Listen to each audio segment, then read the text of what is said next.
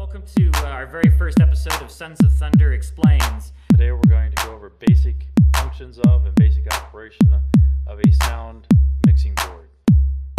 That's it? Yeah, That's an okay, intro. good. Okay. Okay, so you've just been informed that you are now the sound guy for your church. And they sit you down in front of something like this, which is a mixing console, also known as a mixing desk or a soundboard. And you see all these buttons and you go, oh my gosh, what have I gotten myself into? And what we hope to do today is to simplify this and kind of demystify the whole process for you a little bit. So we'll start with a general overview of what's on a mixing board so that you'll be aware. And it's really about the same on all mixing boards. Some of them will have different ways of labeling or naming them, and we'll try to go through those as we go. But in general, all mixing boards have the same basic controls, knobs, buttons, and faders and sliders. This particular mixing board is an Allen & Heath GL2. It's an older mixing console. It's analog. It's not digital, but it's very common type of board that you might see in a small to medium-sized church.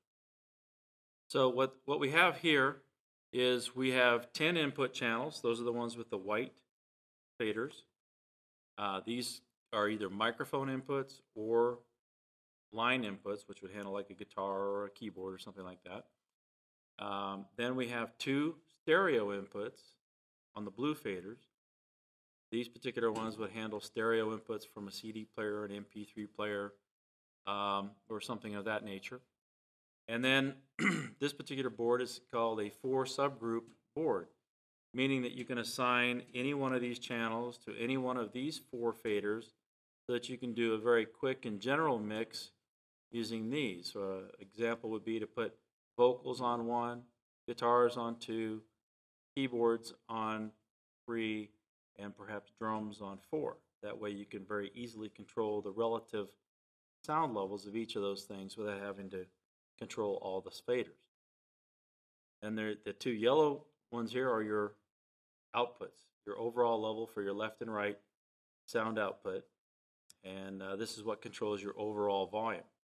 Now this particular board and many boards that are out there have a third output, which is generally up in this area. And this one says mono out. So this particular button right here, the mono out, allows you to send left and right a sum of the 2 channels to a mono output, say for a subwoofer or something like that, or for a center channel speaker, or even for another room, say the nursery. So that's the basics of the board. Each channel is exactly the same. So once you learn all the different buttons on any given row, you know the rest of them. So it's not quite as complex to learn as you might think just taking a look at it. So what are those parts? Each channel, for example, looking here at channel 10, has a selector for either microphone or line input. Some boards have that, some do not. This one does. And that allows you to tell the electronics whether you're sending a very low-level signal, electric signal from a microphone into the board, or a high-level signal such as a guitar or a keyboard. And what that does is that allows you to be operating in the proper electrical headroom range for the board. Now the next button down is your trim pot or your input gain adjustment. You always start with that rotated fully counterclockwise and work up to it. We'll show you that in a future video exactly how to adjust that.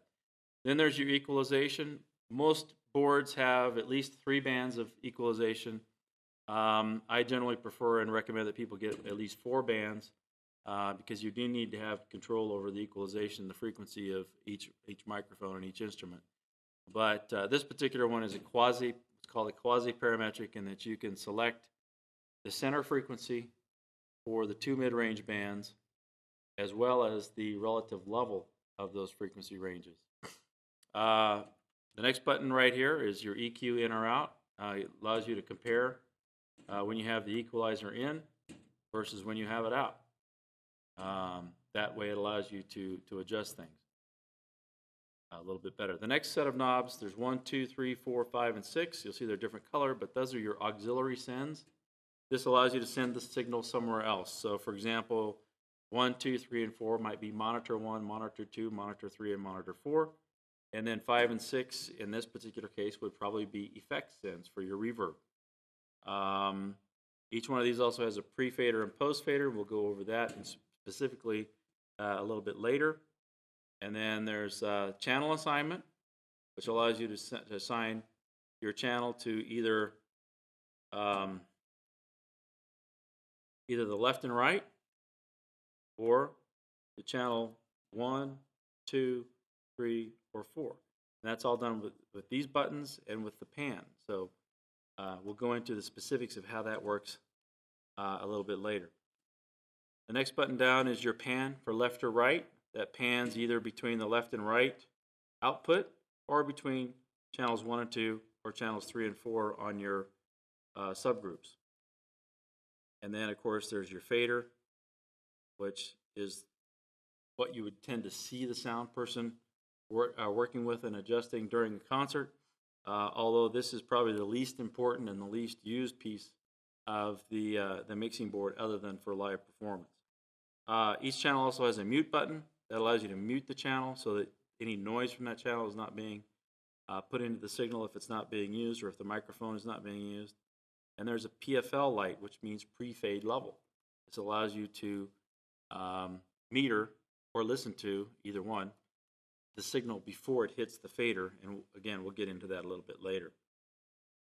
As far as your outputs go, those are pretty standard. This particular board is nice in that it allows you to meter. It has a little meter for each one of the subgroups so that you can kind of see what your levels are. Those also each have a mute on them, and they also have a pre-fade level so that you can listen to, make sure you're not overdriving the input on these. And then the master section here, which has your 4 outputs, your 2 main or your 4 subgroups, excuse me, your 2 main outputs, and all that we've been talking about, also has your master sends. So, for example, your auxiliary 1 send has a master send, which is the overall volume for your mix going to auxiliary 1. Same thing for 2, 3, and 4, as well as 5 and 6.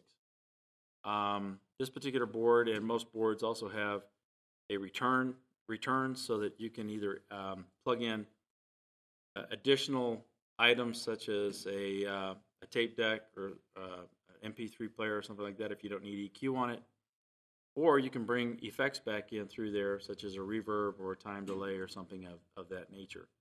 But again, there's a lot of knobs here, but the reality is on this particular board, there's really just 1, 2, 3, 4 different types of channels. Once you learn what those 4 things do, it becomes a lot more simple, a lot less complicated to operate the mixing board.